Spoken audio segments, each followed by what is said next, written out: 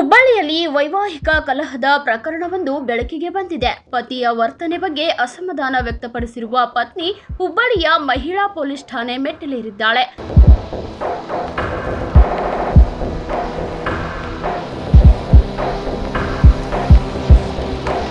ಪತಿ ಹಲವು ವರ್ಷಗಳಿಂದ ಮತ್ತೊಬ್ಬ ಮಹಿಳೆಯೊಂದಿಗೆ ಸಂಬಂಧ ಹೊಂದಿದ್ದಾನೆ ಎನ್ನಲಾಗಿದೆ.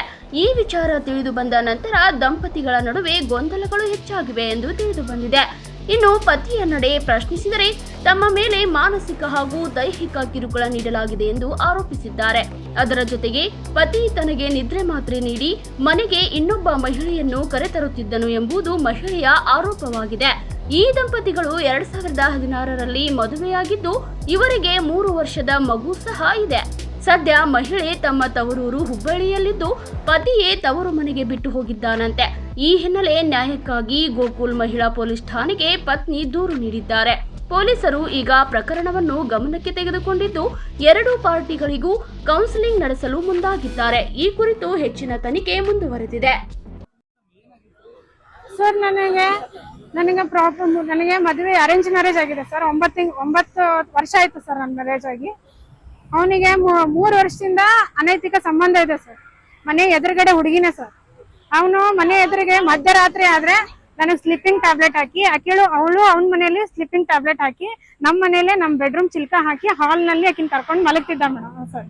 ಅದನ್ನ ನಾನು ಪ್ರಶ್ನೆ ಮಾಡಿದಕ್ಕೆ ನನಗ ಸಿಲಿಂಡರ್ ಅವ್ನು ಬ್ಲಾಸ್ಟ್ ಮಾಡಕ್ ಬರೋದು, ನಾನು ಅವಳೇ ಬೇಕು, ನನಗೆ ಅವಳು ನಾನೆಲ್ಲ ನೋಡ್ಕೋತಾಳೆ, ಅವಳು ನನಗೆ ದುಡ್ಡು ಕೊಡ್ತಾಳೆ, ನೀನೇನ್ ಕೊಡ್ತೀಯೇನೋ ನನಗೆ, ನಿಮ್ಮ ಮನೆಯಿಂದ ಏನಾರು ತಂದಿಯೇನೋ ನೀನು. ನಾನು ಅದನ್ನ ಪ್ರಶ್ನೆ ಮಾಡಿ ನನ್ನ ಮಗು ಇದೆ ಸರ್. ನಾನು ಅವನಿಗೆ 4 ಸತಿ ಚಾನ್ಸ್ ಕೊಟ್ಟೆ ಸರ್. ನಾನು ಸುಧಾರಿಸ್ಕೊತಾನೆ ನನ್ನ ಗಂಡ. ಆ ಹುಡುಗಿಗೂ ಬುದ್ಧಿ ಹೇಳಿದೆ ಸರ್. ನಾನು ಸಾಕ್ಷಿ ಸಮೇತ ಅದಾವ್ರಿ ಸರ್ ನನ್ನ ಹತ್ರ. ನಾನು ಸೂಸೈಡ್ನು ಮಾಡ್ಕೊಂಡೆ ಸರ್. ನಾನು ಬಿಟ್ಬಿಡ್ರಿ, ಇಷ್ಟಕ್ಕೆ ಬಿಟ್ಬಿಡ್ರಿ, ನನ್ನ ತಂದೆ ತಾಯಿ ಇಲ್ಲ, ನನಗೆ ಮಗು ಇದೆ, ಸಣ್ಣ ಮಗು, ನನ್ನ ಗಂಡನೇ ಎಲ್ಲ ಸರ್, ಬಿಟ್ಬಿಡೋ ಹುಡುಗಿ ಅಂತ ಆ ಹುಡುಗಿಗೂ ಹೇಳಿದೆ ಸರ್. ಅವಳದು ಮದುವೆ ಆಗಿದೆ ಸರ್. ಆಕಿ ಗಂಡ ಬೆಂಗಳೂರಿನಲ್ಲಿ ಇರ್ತಿದ್ದ ಸರ್. ಆ ಹುಡುಗಿ ನನಗೆ ಇಲ್ಲ ಅಕ್ಕ ನಾನು ಬಿಡ್ತೀನಿ ಅಂತ ನನಗೆ ಮಾತು ಕೊಟ್ಲು ಸರ್. ಆದ ತಕ್ಷಣ ಅಲ್ಲಿಂದ ಅವ್ರ ಮನೆಗೆ ಗೊತ್ತಾಗುತ್ತೆ ಅಂತ ಹೇಳಿ ಬಿಜಾಪುರಕ್ಕೆ ಮನೆ ಮಾಡಿದ್ವಿ ಸರ್. ಅಲ್ಲಿಂದ ಅವಳನ್ನ ಓಡಿಸ್ಕೊಂಡ್ ಬಂದ ಸರ್. ಅಲ್ಲಿ ಆ ಹುಡುಗಿ ಪೊಲೀಸ್ ಸ್ಟೇಷನ್ ಅಲ್ಲಿ ಕಂಪ್ಲೇಂಟ್ ಕೊಟ್ಲು ಸರ್. ಕಂಪ್ಲೇಂಟ್ ಕೊಟ್ಟ ತಕ್ಷಣ ನಾನು ಬಿಡ್ತೀನಿ, ನೀನ್ ನನ್ನ ಪರವಾಗಿ ಸಾಕ್ಷಿ ಹೇಳು ಅಂದ ಸರ್. ನಾನು ಅವನ್ಗೆ ಸಾಕ್ಷಿ ಸಮೇತ ಹೇಳಕ್ ಹೋದೆ ಸರ್. ಇಲ್ಲ ರೀ ಅಂತ ಹೇಳಿ ನಾ ಹೇಳಕ್ ಹೋದ್ರು ಅವನ್ನ ಸುಧಾರ್ಸನಂತ ಹೇಳಿದೆ ಸರ್. ಈಗ ಮತ್ತೆ ನನಗೆ ಅವನು ಮನೆ ಈಗ ನನಗೆ ಅವಳೇ ಬೇಕು, ನಾನು ಇಲ್ಲಿ ಹುಬ್ಳಿಗೆ ನೀನು ಬೇಡ, ನನ್ನ ಮಗಳು ಬೇಡ, ನನಗೆ ಅವಳೇ ಬೇಕು, ಅವಳು ನನಗೆಲ್ಲ ನನಗೆ ಚಲೋ ಅದಾಳ, ಆಕಿ ನನಗೆಲ್ಲ ದುಡ್ಡು ಕೊಡ್ತಾಳ, ಅವಳು ನನಗೆ ಎಲ್ಲ ನೋಡ್ಕೋತಾಳ, ನನಗೆ ಅವಳೇ ಇಷ್ಟ, ನನಗೆ ನೀ ಬೇಡ ಅಂತೇಳಿ ನನಗೆ 21 ಮಾರ್ಚ್ನೇ ತಾರೀಕು ನನಗೆ ಹುಬ್ಳಿಗೆ ಬಂದು ನಾನು ತವ್ರ ಮನೆಗೆ ಬಿಟ್ಟೋಗಿದ್ದೆ. ಈಗ ಪೊಲೀಸ್ ಕಂಪ್ಲೇಂಟ್ ಕೊಟ್ಟು 9 ದಿನ ಆಯ್ತು ಸರ್. ಇವತ್ತು ಕರ್ಸಿದ್ದಾರೆ ಸರ್. ಬಂದಿದ್ದಾರೆ ಸರ್, ಬಂದಿದ್ದಾರೆ. ಅಲ್ಲೇ ನನಗೆ ನಾನು ಮಾತಾಡಿ ಅವನಿಗೆ ಪೊಲೀಸರು ಏನು ಮಾತಾಡಲೇ ಇಲ್ಲ. ಆಕ್ಷನ್ ತಗೊಳತಿಲ್ಲ. ನನಗೆ ಕೇಳಿದೆ ಸರ್. ನಾನು ಅವ್ರು ಏನಂದ್ರು, ಏನಾಗೈತಮ್ಮ ಅಂದ್ರು, ನೀನು ಗಂಡ ಬೇಕಲ್ಲ, ಕೈ ಕುಡಿಸ್ ಕಳಿಸ್ತೀನಿ ಅಂದ್ರು ಸರ್. ನಾನು ಅದಕ್ಕೆ ಅವನು ಬಿಡ್ತಾನೆ ಕೇಳಿ ಸರ್ ಅಂದರಿ. ಅದಕ್ಕೆ ಅವ್ನು ಏನಂದ ಮಾನಸಿಕ ದಾಳ ಅಂತ ಹೇಳ್ತಾನೆ ಸರ್. ನಾನ್ ಮಾನಸಿಕ ಅಂತೀನ ಸರ್. ನನಗೆ ಸ್ಲೀಪಿಂಗ್ ಟ್ಯಾಬ್ಲೆಟ್ ಹಾಕಿ ಮಲ್ಕೊಂಡು ನನಗೆ ಮಾನಸಿಕ ದಾಳ ಅಂತ ಹೇಳ್ತಾನೆ sir. Harassment sir. Cylinder on ಮಾಡಿ ಬ್ಲಾಸ್ಟ್ ಮಾಡ. ನಾನು ಒಂದ್ಸತಿ ಸೂಸೈಡ್ ಅಟೆಂಪ್ಟ್ ಮಾಡ್ಕೊಳಕ್ಕೂ ಹೋದೆ ಸರ್. ಸೂಸೈಡ್ ಅಟೆಂಪ್ಟ್ ಆಗಿತ್ತು, ನನ್ನ ಜೀವ ಹೋಗೋದು. ಅವಾಗ ನನಗೆ ಸೂಸೈಡ್ ಕೇಸ್ ಆಗುತ್ತೆ ಅಂತ ಹೇಳಿ ಫ್ಯಾಮಿಲಿ ಡಾಕ್ಟರ್ ಹತ್ರ ಕರ್ಕೊಂಡು ಹೋಗಿ ಮಾನಸಿಕ ದಾಳ ಅಂತ ಹೇಳಿನೇ ಹೇಳಿಸಿದಾನೆ ಸರ್.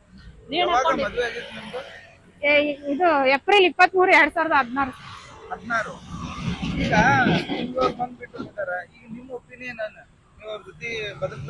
ಸರ್ ಅವ್ನು ಕಾಂಡೋಮ್ ಇಟ್ಕೊಂಡು ಅಡ್ಡಿರ್ತಾನೆ ಸರ್. ಸ್ಕೂಲಲ್ಲಿ ಬ್ಯಾಗ್ ಚೆಕ್ ಮಾಡಿದ್ರೆ ಹೊಡಿತಾನೆ ಸರ್. ಕಿಶೆ ಚೆಕ್ ಮಾಡಿದ್ರೆ ಹೊಡಿತಾನೆ ಸರ್. ನನಗೆ ಕಿಶೆ ಚೆಕ್ ಮಾಡಿ ಫೋನ್ ಮುಟ್ಟಿಸೆ ಕೊಡೋದು ಸರ್. Phone lock ಇಟ್ಕೊಂಡಿರ್ತಾನೆ.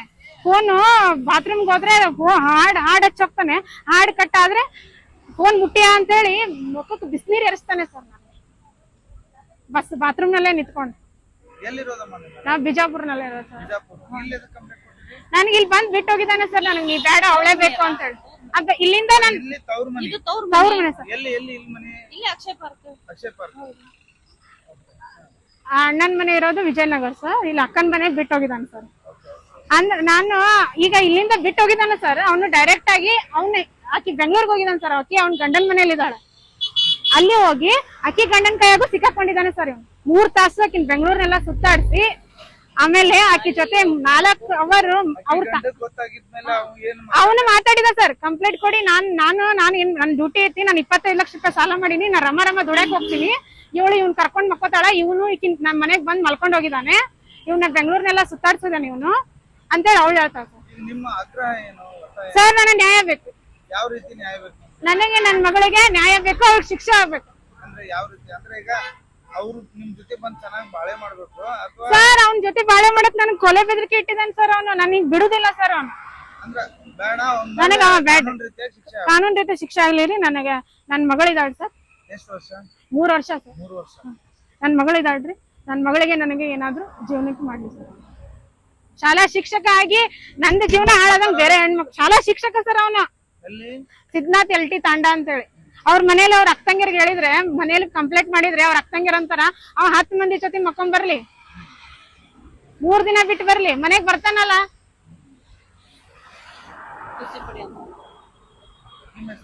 ಕಾಂಚನ ಕಾಂಚನ ಮಾಲಿಂಗಪ್ಪ ರೇಗಿ ಸರ್. ಹುಬ್ಳಿ ತಾಲೂಕ್ ಮಹಿಳಾ ಘಟಕದ ಅಧ್ಯಕ್ಷ ನಾನು. ಇವರು ನಾವು ತುಂಬಾ ದಿವಸದಿಂದ ಪರಿಚಯ. ಅವಳು ಪಾಪ 3 ವರ್ಷದಿಂದ ನಮಗ್ ಹೇಳ್ತಾನೆ ಇದ್ದಾಳ, ಅಂಟಿ ನೀವು ರಕ್ಷಣಾ ವೇದಿಕೆ ಒಳಗದ್ರಿ, ನಾನು ಏನಾದ್ರು ಹಿಂಗ ಮಾಡಾತಾರ, ನಮ್ಮ ಮನೆಯವ್ರಿಗೆ ಏನಾದ್ರು ಹೇಳಿ ಮಾತಾಡು ಅಂತ. ನಾವ್ ಒಂದೇ ಸರಿಗ ಕ್ರಮ ತಗೋಬಾರ್ದಲ್ಲ, ಗಂಡ್ಮಕ್ಳ ಮೇಲೆ ಇವೆಲ್ಲ ಇದು ಇರೋದ, ಏನ್ ತಿಳ್ಕೊಬೇಡಮ್ಮ, ಇರವ ಸುಧಾರ್ಸ್ತಾನ, ನೀನ ತಿಳಿಸಿ ಹೇಳು ಅಂತ ಹಿಂಗಾಕಿ ಹೇಳ್ಕೊಂಡ್ ಧೈರ್ಯ ಹೇಳ್ಕೊಂಡ ಬಂದಿವ್ರಿ. ಪಾಪ ಆಕಿನ ಇಲ್ಲಿ ಮಟನ ಬಂದಾಳ, ಆದ್ರ ಅವ ಆಗಿದ್ದ ಘಟನೆ ಎಲ್ಲಾ ಹೇಳೋದ್ ಕೇಳಿದ್ರೆ ನಮಗೂ ನೋವಾಗಸ್ತೈತಿ. ಒಂದ್ ಹೆಣ್ಣಿಗೆ ಪಾಪ ಹಿಂಗ ಅನ್ಯಾಯ ಮಾಡ್ಬಾರ್ದು, ಮಾಡ್ಕೊಂಡ್ಮೇಲೆ ಚೆನ್ನಾಗ್ ನೋಡ್ಕೋಬೇಕು, ಇಲ್ಲಾಂದ್ರೆ ಬೇರೆ ಒಂದ್ ಹೆಣ್ಣಿಗೆ ಜೀವನ ಹಾಳು ಮಾಡಕ್ ಹೋಗ್ಬಾರ್ದು. ಇವ್ರು ಶಾಲೆ ಶಿಕ್ಷಕಾಗಿ ಹೆಂಡತಿಗೆ ಹಿಂಗ್ ಮಾಡಿದ್ರೆ ಬೇರೆದವ್ರಿಗೆ ಏನ್ ಪಾಠ ಮಾಡ್ತಾರ್ರಿ ಇವ್ರು? ಏನ್ ಪಾಠ ಮಾಡ್ತಾರ? ಹೋಗಿ ಇದನ್ನ ಪಾಠ ಮಾಡ್ತಾರ ಇವ್ರು? ಈ ಒಂದ್ ಹುಡುಗಿ ಅನೈತಿಕ ಸಂಬಂಧ ಇಟ್ಕೊಂಡಾರಂದ್ರ ಹೆಂಡತಿಗೆ ಗೊತ್ತಾಗಿದ ಮೇಲೆ ಅದನ್ನೆಲ್ಲ ಸರಿ ಮಾಡ್ಕೋಬೇಕಲ್ಲ. ಮುಂದ ಗೊತ್ತಿಲ್ದ ಆಗಿತ್ತು, ಆಗಿ ಹೋಗಿತ್ತು, ಆದ್ಮೇಲೆ ಸರಿ ಮಾಡ್ಕೋಬೇಕು, ಬಿಡ್ಬೇಕು. ಹೆಂಡತಿ ಏನಾಗಲ್ರಿ, ಮಾನಸಿಕದಾಳ ಇವಳು. ಬಂಗಾರದಂತ ಮಗು ನೋಡಿದ್ರೆ ಕಣ್ಣಿಗೆ ನೀರ್ ಬರ್ತಾವ, ಅಷ್ಟು ಚಂದ ಮಗು ಐತ್ರಿ. ಹೆಂಡತಿ ಚಂದ ಬಿಟ್ಟು ಬೇರೆದವ್ರ ಜೊತೆ ಇವ್ರು ಮಾಡಕ್ ತಪ್ಪಲ್ವಾ? ಅದನ್ನ ನಾವು ಮಾತಾಡ್ಬೇಕಂತ ನಾ ಅವ್ರಿಗೆ ಭೇಟಿ ಆಗ್ಬೇಕಂತಂದ್ರೆ ನನಗಂತ್ರ ಅವ್ರು ಭೇಟಿ ಆಗಿಲ್ರಿ. ಈಗ ಇವ್ರು ಬಂದ್ ಭೇಟಿ ಆಗಿಂದ ನಾ ಕಂಪ್ಲೇಂಟ್ ಕೊಡ್ತೀನಿ ಇಲ್ಲೊಂದು ಎಲ್ಲ ಹೇಳ್ರಿ ಪೊಲೀಸ್ ಸ್ಟೇಷನ್ ಮೆಳಾಕ ಪೊಲೀಸ್ ಸ್ಟೇಷನ್ಗೆ. ಅವ್ರು ಕರೆಸ್ತಾನೆ ಅಂತ 10 ಕಂಪ್ಲೇಂಟ್ ಇನ್ನು FR ಆಗಿಲ್ರಿ. ಹಂಗ ಕರೆದು ಕೌನ್ಸಿಲಿಂಗ್ ಮಾಡ್ತೇನೆ ಅಂದ್ರು ಅವ್ರು. ಕರೆದು ಕೌನ್ಸಿಲಿಂಗ್ ಮಾಡ್ತೇನೆ ಅಂದಿದ್ದಕ್ಕ 10 ದಿವಸ ಆತು ಡಿಲೇ ಮಾಡಿದ್ರು. ಮಾಡಿದ್ ಇವ್ರಿ ನೀವ್ ಹೋಗಿ ಬಾ ಅಮ್ಮ ಅಂತ ನಾನ್ ಹೇಳಿದ್ದೆ. ಅಂಟಿ ಅವ್ರು ಕರ್ದ್ರ ಅಂದೆ ಇಲ್ಲ ಅಂದ್ರ ಅವ್ರ ಅಣ್ಣಗ ಒಂದ್ಸಲ ಕಳ್ಸಿಬಿಟ್ಟನ್ರಿ, ಇವ್ರಿಗೆ ಒಂದ್ಸಲ ಕಳ್ಸಿಬಿಟ್ಟನಿ. ಇಲ್ಲ ಬಂದಿಲ್ಲ ಬರ್ತಾನೆ, ನಮ್ ಶುಗರ್ ಜಾಸ್ತಿ ಆಗೈತಿ, BP ಜಾಸ್ತಿ ಆಗೈತಿ ಅಂತ ಪೊಲೀಸ್ ಹೇಳ್ತಾರ. ಇವ್ರೇ ಹಿಂಗಂದ್ರ ಮತ್ತೆ ಎಲ್ಲಿ ಹೋಗಿ ಕೇಳ್ಬೇಕು ನ್ಯಾಯ? ಹೆಣ್ಮಕ್ಳು ಮಹಿಳಾ ಪೊಲಿಟಿಷಿಯನ್ಯಾಗ ಹಿಂಗಾಗ್ಬಿಟ್ರೆ ಮತ್ ಮುಂದೆ ಹೆಣ್ಮಕ್ಳು ಏನ್ ಮಾಡ್ತಾರೆ?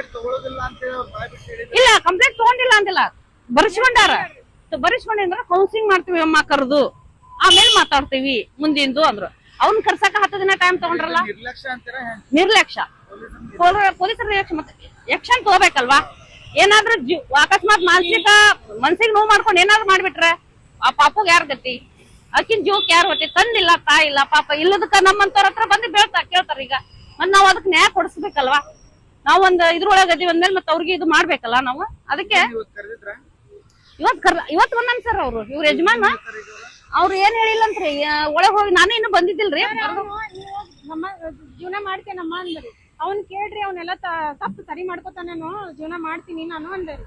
ಅದಕ್ಕೆ ಅವ್ನ ಅಂತಾನೆ ಆಕಿ ಮಾನಸಿಕದಾಳ್ರಿ ಅಂತ ಹೇಳ್ತಾನೆ. ಮಾನಸಿಕದಾನ ಒಲ್ಲೆ ಅಂತ ಹೇಳಿದ್ನ ಅಂತ ಹೇಳ್ತಾನೆ. ಆಕಿ ಮಾನಸಿಕದಾಳ ಬೇಡ ಅಂತ ಹೇಳ್ತಾನೆ. ಸುಮಾ ಮಳಿ ಅಂತ, ಹುಬ್ಳಿ ತಾಲೂಕ್ ಮಹಿಳಾ ಘಟಕ ಅಧ್ಯಕ್ಷ.